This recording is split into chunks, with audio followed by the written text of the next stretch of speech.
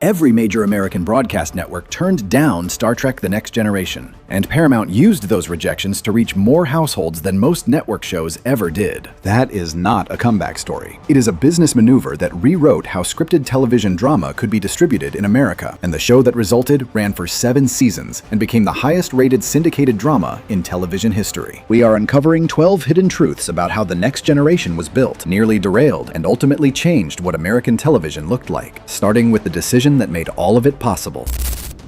I don't see why we have to do this every year. Number 1. No network wanted it. ABC, NBC, and CBS each passed on Star Trek: The Next Generation. At the time, those rejections looked like the end of the project. What Paramount did instead was something never successfully attempted for a scripted drama. They sold the show directly to individual local television stations, market by market, across the United States. Paramount itself became the de facto network, assembling a distribution and promotional infrastructure from scratch, pitching station managers on an expensive, untested property in a format those stations had only ever used for game shows, talk programs, and network reruns. By the time Encounter at Farpoint premiered on September 28, 1987, Paramount had secured clearance on stations covering approximately 90% of U.S. television households, a reach that rivaled a traditional network deal. The show no network wanted was, on premiere night, available to more Americans than most network series. It was a gamble with no precedent, and there was no guarantee any station manager would say yes.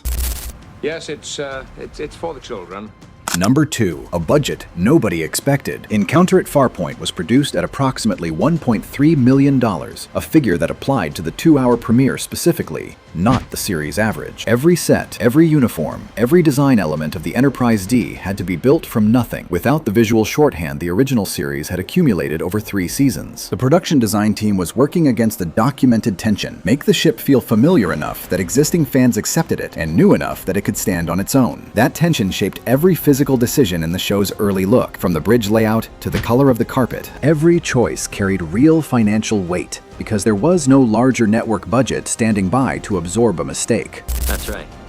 As a matter of fact, the Pegasus is the reason I'm here. Number 3. The prop that blinded its actor. Geordi LaForge's visor, the curved prosthetic device that let him perceive across the electromagnetic spectrum, was not a digital effect. It was a physical prop that actor LeVar Burton wore on set throughout the series, and it significantly restricted his vision during filming, meaning he navigated scenes, sets, and other actors with reduced sightlines for every hour of every shooting day. Sources document that the prop required iterative refinement across early production to make it wearable for a full day on set while still reading as coherent in-universe technology on camera. The challenge was practical, ongoing, and never fully resolved. It is the kind of limitation audiences rarely notice because the performance in front of the camera never showed the strain happening behind it.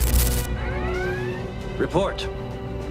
Number 4. Built from an old failure. In the late 1970s, Paramount developed a planned series called Star Trek Phase 2, intended as flagship programming for a proposed Paramount television network. When that network plan collapsed, Phase 2 was retooled into Star Trek: The Motion Picture. When Paramount returned to the idea of a new Trek series in the mid-1980s, the memory of that earlier failure, specifically the danger of depending on distribution infrastructure that didn't exist yet, directly informed the decision to go the syndication route for The Next Generation. The connection between a 1977 abandoned project and a 1987 hit is a direct, documented line. And if you know where else to look in the Trek development record, you will find that inheritance again. Failure, in this case, did not end an idea. It simply waited for the right moment to come back. It is from the Warbird.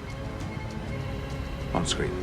Number 5. A sales playbook invented from scratch. Prior to The Next Generation, first-run syndication was the province of game shows, talk programs, reruns of network series that had already earned their audience elsewhere. A scripted drama going directly to syndication required Paramount to invent a distribution and marketing architecture that simply did not exist for this kind of programming, building the pitch, the promotional materials, and the station-by-station sales strategy simultaneously with production itself. The TrekCore Advertising Archive documents the materials Paramount used to convince local station managers to carry an expensive, untested drama, a sales effort that had no template to follow. Every pitch meeting was, in effect, an experiment. There was no case study to point to if a station manager asked for one. You seem to be in a very unfortunate circumstance. Number 6. The rule that banned conflict. Roddenberry's stated premise for The Next Generation was that by the 24th century, humanity had evolved beyond petty personal friction. so the main characters could not have significant interpersonal conflict with one another. Drama had to come from external challenges, not tension within the crew. This rule created severe structural problems in the writing staff's early seasons. Character against character conflict is one of the foundational mechanics of episodic television, and working without it forced writers to generate tension almost entirely through external plot. Multiple writers and producers described this as one of the most difficult obstacles they faced. The rule was Roddenberry's, and it was not negotiable. Writers had to find entirely new kinds of tension to write around it, and figuring out how did not happen overnight. The asteroid's internal structure is highly unstable. Number 7. The casting choice nobody wanted. Stewart was a classically trained Royal Shakespeare Company actor, largely unknown to the American mass audience the next generation needed to attract. Sources confirmed documented internal skepticism about his casting, resistance to placing a bald British Shakespearean actor at the helm of an American science fiction franchise targeting general syndication audiences. Stewart himself described being uncertain the role would last. What the production discovered was that his theatrical discipline, the precision of his line readings, the stillness he brought to command, set the register for the show's dramatic tone, distinguishing it from every other action science fiction series on American television at the time. The unconventional casting became the foundational one. What looked like a risk in the casting room became, within a season, the reason the show felt different from anything else on television. And that treaty is the biggest mistake we ever made. Number 8. A villain who became unforgettable. The character introduced in the pilot, Encounter at Farpoint, as an omnipotent, mocking judge of humanity, was conceived as a recurring antagonist with one specific quality: he could not be outfought, outrun, or argued into a standard defeat. John Delancey's performance transformed Q from a straightforward villain into something more complex. An entity whose contempt for humanity carried a visible, almost theatrical enjoyment audiences found compelling rather than simply threatening. Q returned repeatedly across the show, and later into Deep Space Nine and Voyager, unusual for an antagonist introduced as a pure external threat in a pilot. Most one-off villains stay one-off. Q became something closer to a recurring reckoning the crew could never quite outrun.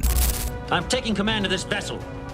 Number 9. Almost a space station, not a ship. Among the configurations considered for what became the next generation, a space station setting, fixed point in space rather than a continuing voyage, was among the options on the table. The familiar Trek model of a ship and its crew on a journey was not assumed to be the only viable format. That concept was set aside in favor of retaining the Enterprise and the exploratory voyage premise. Sources do not record a specific documented reason why. What is documented is that the space station idea did not disappear. It resurfaced as the core premise of Star Trek Deep Space Nine, which premiered in 1993. An idea considered and set aside rarely disappears completely. Sometimes it just needs a different show to finally hold it.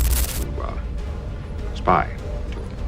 Number 10. The writers who left before filming. D.C. Fontana and David Gerrold, both veterans of the original Star Trek, were brought in during early development and contributed to character and story concepts that shaped the show's earliest form. Both departed the production before the series went to air, and that the character roster and story architecture went through documented revision before the cast that premiered in September 1987 was finalized. The circumstances of those departures are confirmed. A specific documented account of the reasons was not recorded with enough precision to state a cause. The writers changed course. The specific moment of that change was never fully put on record. Some of the earliest architecture of the show, in other words, was shaped by people who never saw it reach the screen.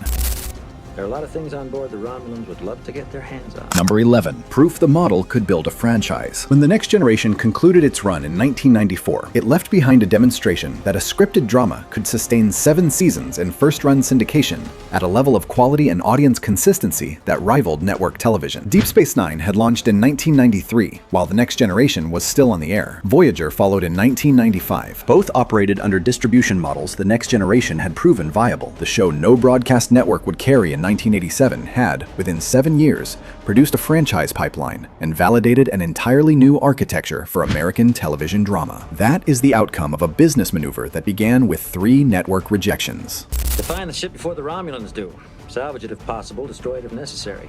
Number 12. The creator who didn't live to see it. Gene Roddenberry died on October 24th, 1991, during the show's 5th season. 2 full seasons remained unaired. He did not see the series finale, the 4 feature films that followed, or the expansion into Deep Space Nine and Voyager. By the time of his death, Roddenberry had already been significantly reduced in his day-to-day creative authority. Rick Berman had assumed increasing production responsibility, and the show he created was, in practical terms, being run by someone else. What he had fought to resurrect in 1987, over the resistance of networks, studios, and most of the industry, became one of the most enduring science fiction properties in American television history. He saw only the first half of its original run.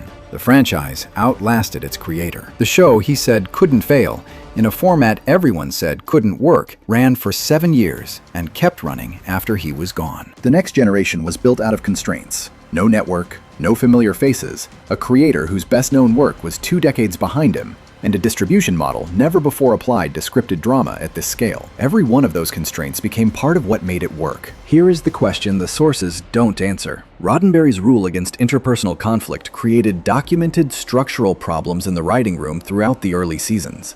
And yet the show still became the highest-rated syndicated drama in television history. Do you think his no-conflict mandate hurt the show?